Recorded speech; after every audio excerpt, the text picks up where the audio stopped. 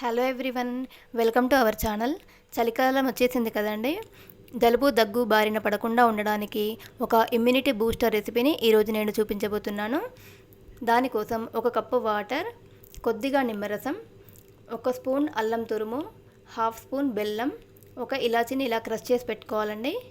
ముందుగా stove on చేసుకొని ఒక కప్పు వాటర్ని యాడ్ చేసుకోవాలి.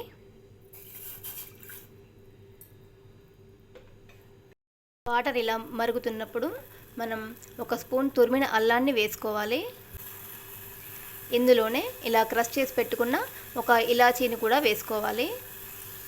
ఈ అల్లం వాసన బయటకు వచ్చే వరకు కూడా ఒక 2-3 నిమిషాలు దీన్ని మరగనివ్వాలి.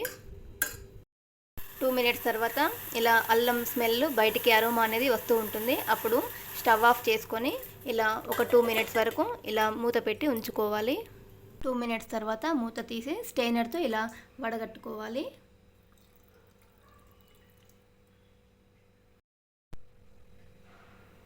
ఇప్పుడు ఇందులో ఒక హాఫ్ స్పూన్ వరకు నేను బెల్లాన్ని యాడ్ చేస్తున్నానండి. మీకు కావాలంటే తేనెను కూడా మీరు యాడ్ చేసుకోవచ్చు. ఇలా బెల్లం మొత్తం కరిగిన తర్వాత ఇందులో 2-3 చుక్కలు నిమ్మరసం పిండుకోవాలి. ఒకసారి దీన్ని మిక్స్ చేసుకొని తాగడం అంతే.